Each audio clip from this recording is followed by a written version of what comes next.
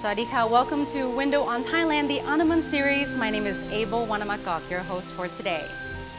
Millions of people from around the world practice yoga, according to a yoga magazine in the US. It is often billed as the ultimate antidote for life in the fast lane.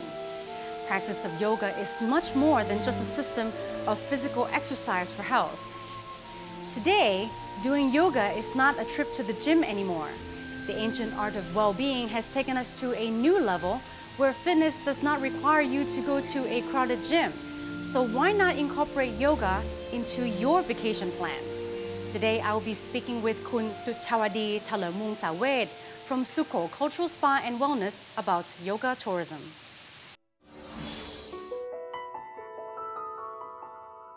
Yoga is an ancient path to spiritual growth and originates out of India, where Hinduism is practiced. In Thailand, yoga has become a phenomenon. The benefits of practicing yoga have been globally recognized, and soon the popularity of yoga skyrocketed everywhere. There is nothing like a break after a hectic schedule. The pressures of life can get on the nerves, and this is the time when a person is looking for options to relax. The benefit of yoga practice goes far beyond the actual time you spend in the poses. Inhale, open your chest. Exhale, bending the knees if you need to. One of the most common reasons why many people begin practicing yoga is to improve their health and well-being. Yoga means union. It is a union of the mind, body, and breath.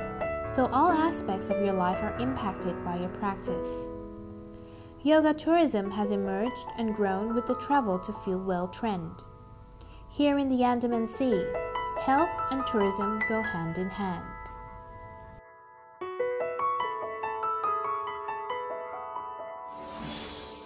Sawadee-ka, Kun Sasha.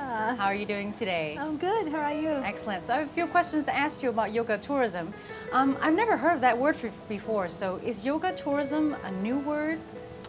I think it's not really new, but maybe people knew it from the word yoga retreat, when people go away and then they might have yoga for a week and they have vegetarian food, and then people just started to think that maybe the word is too serious, and then they come up with the yoga tourism. You know, it's like a combination of vacation and the yoga and the health and then the peace. So it might resonate to more people, I think. Okay, yoga tourism just sounds easier to understand and softer and things more like relaxing. That. And where does the trend come from, you think? Maybe because when people start practicing yoga, they like to do it regularly. So when people travel, they still want to keep up their practice. So they want to still practicing on the trip, even on business trip. In the past, the yoga is only offered at the school or some remote area, you know, quite dedicated in the past, to how only long yoga. in the past? Excuse me. I would say maybe more than 5-10 years ago. Okay. And that's then quite short. Yeah, and then now with more demands from even travelers, the hotels start to offer daily yoga class, and now, you know, when this happens, even those who have never practiced before would started to wanted to know how the practice is like, so it draws in more people. And so who can actually practice yoga? Is there like an age range, a limit? This question I need to answer from what my teacher always said to me. Okay. He said everyone can practice yoga. Women, men of all age, sick or well, or fat or thin people. The only one, except for the lazy people who can't practice yoga. How about little kids, very little kids? They don't have maybe the focus or the patience? Right, but they have the kids yoga now. Yoga is especially for kids, so they combine it with some storytelling, and then, you know, kids would do some pose imitating the animals, so it's quite fun. And you do that here? We don't do that now, but in the future maybe it's something that we would include into a program. Okay. And so let me ask you, people who do yoga, what does yoga actually do?